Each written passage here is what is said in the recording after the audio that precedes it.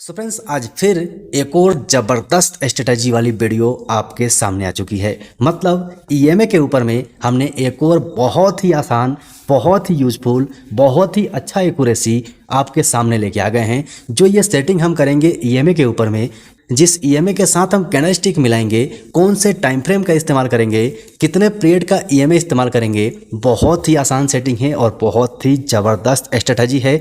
छोटे से stop loss में बड़ा टारगेट भी आपको मिलेगा। लेकिन इससे पहले मैं आपको ये चीज़ बता देना चाहता हूँ कि अगर आप हमारे चैनल पे पुराने होंगे तो आपने देखा होगा पीछे के लगभग एक महीने से हम 3-4 स्टॉक को कवर कर रहे हैं, जिसमें भारत इलेक्ट्रॉनिक्स लिमिटेड शामिल है, जिसमें सुजलोन एनर्जी शामिल है, जिसमें इन्फीबीम एवेन्यू शेयर शामिल है। आप एक महीने का रिटर्न अपने स्क्रीन पर देख सकते हैं। इन तीनों स्टॉक ने एक महीने के अंदर में बहुत ही अच्छा रिटर्न अभी तक बना कर दिया हुआ है और अभी भी इनका अपसाइड जाने का पोटेंशियल जारी है। अगर आप वीडियो नहीं देख पाए हैं तो जाके पीछे ज़रूर देखिएगा।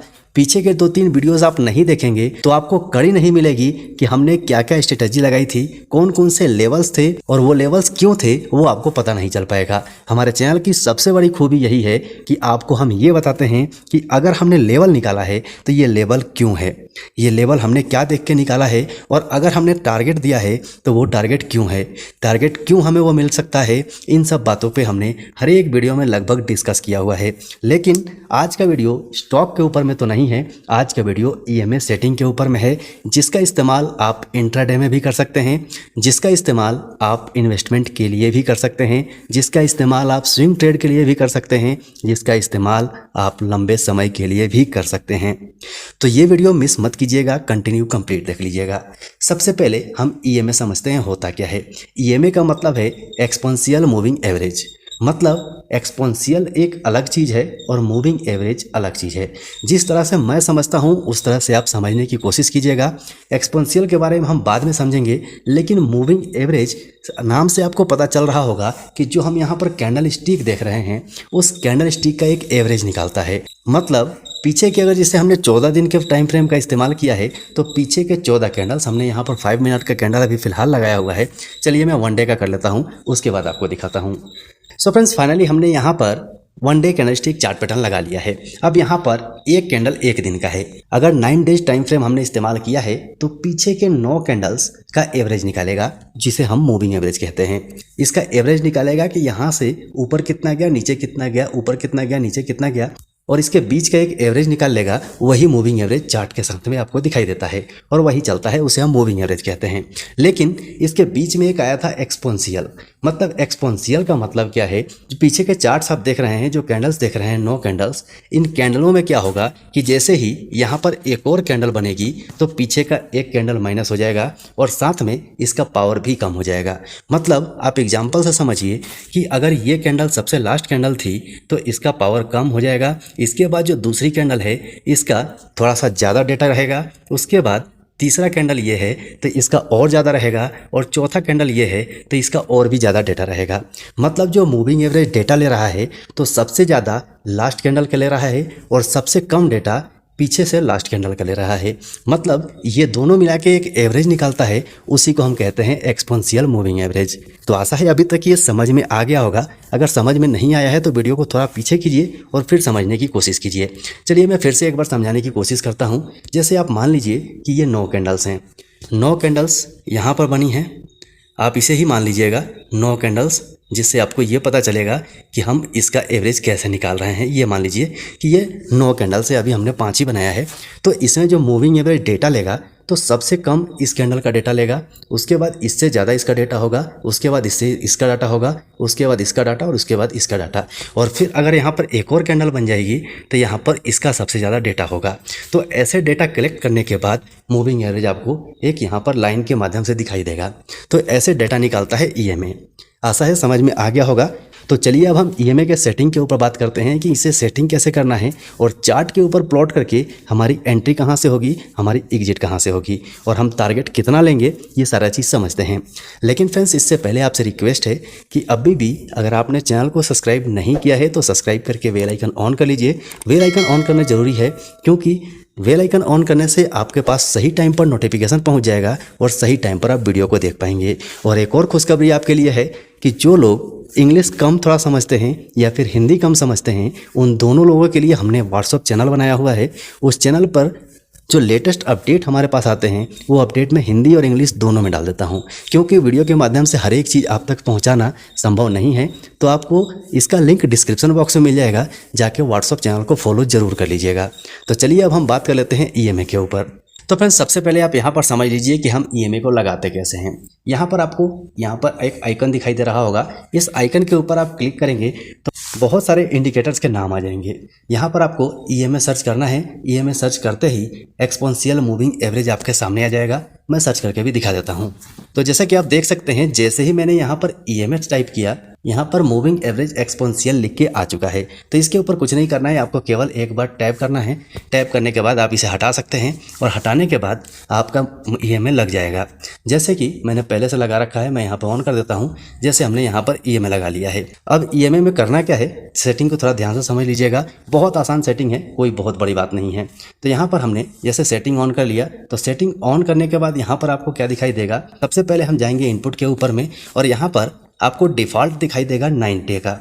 9 डे डिफ़ॉल्ट आपको दिखाई देगा और नीचे में आपको 14 डे पीरियड दिखाई देता है, जो हमने चेंज किया हुआ है। इसे आप नीचे वाले को भूल जाइए, हमें ऊपर वाले को अभी इस्तेमाल करना है। तो यहाँ पर आपको कर देना है 21 डेज़, मतलब 21 डेज़ पीरियड का हम यहाँ पर डेटा लेंगे।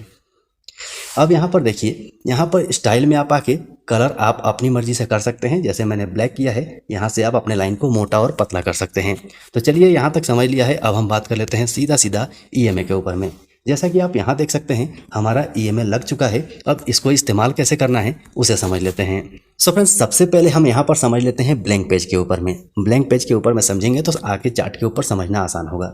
जैसे आप मान लीजिए कि ये EMA चल रहा है, हमें इस्तेमाल कैसे करना है।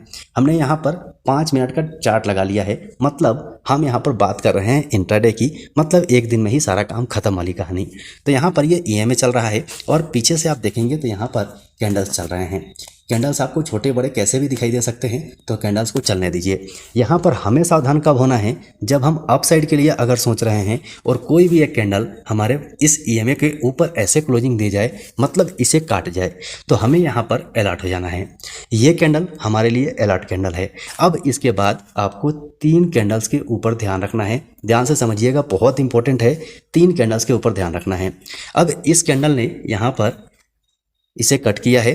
कट करने के बाद अब जो दूसरी कैंडल बनेगी, दूसरी कैंडल ये देखिए, यहाँ पर मानते हैं कि एक और कैंडल बन गई जो बड़ी है, इसके ऊपर इसकी क्लोजिंग हुई है। तो इसके ऊपर भी ध्यान रखेंगे, क्योंकि क्लोजिंग ऊपर हो रही है तो ये कैंडल ग्रीन ही होगा। चलिए, मैं एक बार कलर चेंज करता हूं ताकि आपको समझने में आसानी हो जाए। यहाँ पर मैं जो कलर है उसे ग्रीन बना लेता हूं। जैसे कि हमारा ये कैंडल था, इसे आप ग्रीन मान लीजिए। एक और कैंडल यहाँ पर ग्रीन बनती है। तो हमें करना क्या है, ध्यान से सुनिए। हमें करना है कि जिस कैंडल ने कट किया है उस कैंडल से लेके और 3 कैंडल के ऊपर ध्यान रखना है। इन तीनों कैंडलों में जब भी इनके विपरीत कैंडल बने, मतलब ग्रीन के विपरीत रेड कैंडल हुआ और यहाँ पर अगर एक रेड कैंडल बन जाए, जैसे कि मैं कलर चेंज करता हूँ, यहाँ पर एक रेड कैंडल बना जिसका क्लोजिंग EMA के ऊपर है। ध्यान समझिएगा, 3 कैंडल हम देख रहे हैं, पहला, दूसरा और तीसरा। मतलब इसमें से जो एक रेड कैंडल बनी जिसकी क्लोजिंग नीचे हो रही थी, लेकिन EMA टच नहीं करनी चाहिए, ऊपर ही होनी चाहिए, तो ये हमारे लिए एक इंडिकेशन होगा। केवल 3 ही कैंडल को हम देखेंगे, अब हमारे लिए एक एंट्री पॉइंट बनेगी। मतलब जो ये रेड कैंडल बनी है इसके ऊपर हमारी एंट्री पॉइंट हो जाएगी और इसी का जो लो होगा, चाहे वो वीक ही क्यों ना हो, तो ये हमारा स्टॉप लॉस हो जाएगा। यहाँ से हम एंट्री करेंगे, आंख बंद करके एंट्री कर सकते हैं, लेकिन ये मेरा स्ट्रेटजी है। आप अपना स्ट्रेटजी जरूर ट्राई कीजिएगा। इसे पेपर ट्रेड करके पहले ट्राई कीजिए, फिर अपने चार्ट के ऊपर ट्राई कीजिएगा। यहाँ से जब ऊपर निकल जाता है तो ऊपर हमारे टारगेट्स मिलेंगे। अब टारगेट्स आपके ऊपर डिपेंड करते हैं कि आप कितना लेके चलना चाहते हैं। मेरे तरफ से जो मिनिमम टारगेट हम लेंगे 1:2 का लेंगे। आपके हिसाब से डिपेंड करता है कि आप कितना टारगेट लेना चाहते हैं। ऊपर चाहे जितना भी हो, वो आपके ऊपर डिपेंड है कि आप टारगेट कितना लेना चाहते हैं। यहाँ तक आशा है समझ में आ गया होगा। नहीं समझ में आया हो तो वीडियो को थोड़ा पीछे करके ज़रूर देखिएगा, बहुत इंपॉर्टेंट है। और अगर आप एक बार सीख गए ना, तो आप इसका इस्तेमाल लाइफ टाइम कर सकते हैं। जहाँ भी कैंडलस्टिक चार्ट बनता है, जहाँ भी आपको मूविंग एवरेज मिलता है, वहाँ आप इसका इस्तेमाल कर सकते हैं। एक और आपको बोनस पॉइंट इसी वीडियो के अंदर में मिलेगा जो मैं लास्ट में दूंगा, ध्यान से समझते रहिए। सबसे पहले आप यहाँ पर देख लीजिए, ये जो चार्ट्स आपको दिखाई दे रहे हैं इसके बीच में हमारा मूविंग एवरेज भी आपको दिखाई दे रहा है। लेकिन थोड़ा हम पीछे चलते हैं और पीछे चल के आपको दिखाने की कोशिश करते हैं कि मूविंग एवरेज ने कैसा अपना काम किया है और कितने एक्यूरेसी के साथ काम किया है। चलिए हम पीछे आ गए हैं, चार्ट में बहुत पीछे आ गए हैं, क्योंकि सेबी का गाइडलाइन है कि हम लेटेस्ट चार्ट का इस्तेमाल नहीं कर सकते, तो हम पीछे आ गए हैं। ईएमए हमारा वैसे ही काम करता है। एक पोजीशन हमें यहाँ दिखाई दे रहा है, ध्यान से समझिए। थोड़ा सा बड़ा करता हूँ ताकि हमें एंट्री दिखाई दे दे। उसके बाद हम और भी पीछे चलेंगे और बैक टेस्ट करेंगे। अब यहाँ पर आप देखिए, यहाँ से ईएमए का नीचे नीचे ये चार्ट चल रहा था, लेकिन इस बड़ी वाली कैंडल ने इसका ब्रेकआउट किया, मतलब इस ईएमए लाइन को काट दिया है। तो ये हमारे लिए क्या हो गया, इस कैंडल ने जिसने ईएमए लाइन को काटा है, ये हमारे लिए अलर्ट कैंडल है। अब हम इंतजार कर रहे हैं कि इसके बाद 3 कैंडल को हम देखेंगे। जैसा कि यहाँ पर मैं थोड़ा बड़ा करता हूँ ताकि आपको समझा सकूँ। अब यहाँ पर देखिए, इस वाले कैंडल ने कट किया है, दूसरा कैंडल ग्रीन बना, हमारे लिए कोई मतलब नहीं है। तीसरा कैंडल देखिए यहाँ पर रेड बन चुका है। अब जैसे ही ये तीसरा कैंडल रेड बना, तब हमें क्या करना है कि यहाँ पर हमारी एंट्री पॉइंट होगी, मतलब रेड कैंडल के ऊपर में हमारी एंट्री पॉइंट होगी। क्यों होगी, यहाँ पर हमने क्या क्या देखा है, ध्यान से समझिए। रेड कैंडल है, सबसे पहले तो ग्रीन कैंडल अप साइड के लिए हम देख रहे थे, दूसरा कैंडल भी ग्रीन बना और तीसरा कैंडल रेड बना है। क्लोजिंग इसके नीचे हुई है, लेकिन ईएमए लाइन से टच नहीं है, तो ये हमारे लिए परफेक्ट एंट्री पॉइंट है। तो जहाँ पर हमने एंट्री लिया, वहीं पर उसी कैंडल के नीचे हमारा स्टॉप लॉस भी होगा, मतलब यहाँ पर हम अपना स्टॉप लॉस ले लेंगे और एंट्री पॉइंट हमारी ये हो जाएगी। अब यहाँ से हमें टारगेट कितना लेना है, आप देखिए कितना ज़बरदस्त टारगेट आपको यहाँ से मिला है। ये हमारी एंट्री पॉइंट थी और यहाँ से आप टारगेट देखिए, लगातार आपको ऊपर जाते हुए दिखाई देगा। अगर आप परसेंटेज में देखेंगे तो बहुत बड़ा टारगेट आपको यहाँ पर दिखाई देगा। तो यहाँ पर आपने देख लिया कि आपने कहाँ एंट्री किया और आपको टारगेट कहाँ तक का मिला। ये एक पहला हमारा बैक टेस्ट था जिसके अंदर में बहुत बड़ा टारगेट हमें दिखाई दिया। ऐसा ही नहीं, एक नहीं, दो नहीं, आप किसी भी चार्ट के ऊपर जाके देखिए, किसी भी स्टॉक के ऊपर भी जाके देख सकते हैं, वहाँ से भी आपको यही चीज़ देखने को मिलेगी। अब यहाँ भी आप देखिए, यहाँ डाउन साइड में हम देखते हैं तो यहाँ पर कोई पोजीशन मिलता है क्या, यहाँ पर चेक करते हैं। सबसे पहले थोड़ा मैं इसे बड़ा करता हूँ ताकि आपको दिखाने में आसानी हो और समझाने में भी आसानी हो। अब देखिए यहाँ पर हुआ क्या, चार्ट ऊपर ऊपर चल रहा था, ईएमए नीचे नीचे चल रहा था। अब यहाँ पर जो इस ईएमए लाइन को काटने वाली कैंडल है वो है ये वाली कैंडल, मतलब इस कैंडल ने ईएमए लाइन को काट दिया। अब यहाँ पर देखिए आपको काटते हुए दिखाई दे रहा होगा। तो इसके बाद हमारे लिए क्या हो गया, ये कैंडल हमारे लिए अलर्ट कैंडल हो गया, यहाँ पर हम अलर्ट हो जाएंगे। अब हमें क्या करना है, 3 कैंडल को गिनती करना है, क्योंकि हम नीचे के बारे में देख रहे हैं। तो ये रेड कैंडल बनी है, तो हमें जो कैंडल ग्रीन मिलेगी उसी कैंडल के ऊपर हमारी एंट्री होगी। तो फाइनली आप यहाँ पर देखिए, दूसरा कैंडल ही यहाँ पर ग्रीन बन गया, मतलब इस कैंडल के नीचे हमारी एंट्री पॉइंट हो जाएगी और इसी के ऊपर हमारा एसएल हो जाएगा। अब यहाँ से आप टारगेट देख सकते हैं कि कितना ज़बरदस्त टारगेट आपको दिखाई देगा। सो फ्रेंड्स, वही चीज़ आपको एक और यहाँ पर दिखाई देगी। यहाँ भी आप देखिए, चार्ट नीचे चल रहा था, ईएमए लाइन ऊपर था। यहाँ पर इस ईएमए लाइन को काटने वाली कैंडल कौन सी है, तो आप या तो इसे कंसीडर कीजिए या इसे कंसीडर कीजिए, दोनों में से किसी को भी कंसीडर कर सकते हैं। उसके बाद अगर हम यहाँ से गिनती करेंगे तो हमारा दूसरा ही जो कैंडल है यही हमें अलर्ट दे गया, यहीं पर हमें एंट्री दे गया और इसके नीचे हमारा स्टॉप लॉस हो गया और उसके बाद का आप टारगेट देखिए। लेकिन अगर आपने उसे छोड़ दिया और इस ग्रीन वाली कैंडल को आप ब्रेकआउट कैंडल मानते हैं जो ईएमए को कट कर रहा है, तो इसके बाद हम 3 कैंडल गिनती करेंगे, 1, 2 और 3। यहाँ पर तीसरी कैंडल के ऊपर कोई भी रेड कैंडल नहीं आई। चौथी कैंडल को अगर आप कंसीडर करेंगे तो कर सकते हैं, लेकिन मैं पर्सनली नहीं करूँगा, मैं 3 कैंडल के ऊपर ही चलूँगा। तो यहाँ पर मेरे लिए कोई भी ट्रेड नहीं बनता है। सो फ्रेंड्स, अब हमने अदानी पोर्ट का चार्ट लगा लिया है ताकि आपको स्टॉक के ऊपर भी दिखा सकें। सबसे पहले आप यहाँ देखिए, यहाँ से एक ब्रेकआउट हुआ और ब्रेकआउट के बाद चार्ट नीचे चल रहा था, ठीक है। अब यहाँ पर हम देखेंगे क्या कि यहाँ पर इस कैंडल ने इस ईएमए लाइन को ब्रेक किया है। उसके बाद आप देखेंगे तो एक रेड कैंडल बन गई, मतलब ये हमारे लिए एक एंट्री पॉइंट वाली कैंडल है। लेकिन हमारी शर्त क्या है कि ये कैंडल ईएमए लाइन से टच नहीं होनी चाहिए और फाइनली ये कैंडल से टच है, मतलब ये हमारे किसी काम की नहीं है। और हम इंतजार करेंगे, फिर देखेंगे कि कौन सी कैंडल इसे ब्रेकआउट करती है। तो फाइनली फिर से यहाँ पर एक कैंडल ने ब्रेकआउट किया और उसके बाद दूसरी कैंडल भी ग्रीन बनी, तीसरी भी ग्रीन बनी। मतलब यहाँ पर भी हमारा कोई ट्रेड नहीं बनेगा क्योंकि हमारा जो रूल है उसके खिलाफ जा रहा है। लेकिन यहाँ पर देखिए, यहाँ पर आपको एक अच्छा खासा सॉलिड कैंडल देखने को मिलेगा। मतलब ये ईएमए लाइन के नीचे चार्ट चल रहा था, बड़ी वाली ग्रीन कैंडल ने ब्रेकआउट किया और उसके जस्ट बाद दूसरी कैंडल ही रेड कैंडल बन गई। और इस रेड कैंडल में आप देखेंगे तो ये कैंडल ईएमए लाइन से टच भी नहीं है और रेड कैंडल भी है, तो हमारी एंट्री इसके हाई पे हो जाएगी। मतलब इस कैंडल ने जो हाई लगाया था वहाँ पे हमारी एंट्री हो जाएगी और टारगेट अपने हिसाब से मिल जाएगा। स्टॉप लॉस इसी के नीचे हमारा स्टॉप लॉस हो जाएगा। तो ये स्ट्रेटजी बहुत आसान है, सेटिंग बहुत आसान है। इसका इस्तेमाल करके आप बहुत अच्छा पॉइंट बना सकते हैं, बहुत अच्छा पैसा बना सकते हैं। तो मेरे हिसाब से ये स्ट्रेटजी बहुत अच्छी है, आप इसे पेपर ट्रेड करके देख सकते हैं। और अगर कोई इस बीच में डाउट आया हो तो कमेंट सेक्शन में कमेंट जरूर कर दीजिएगा।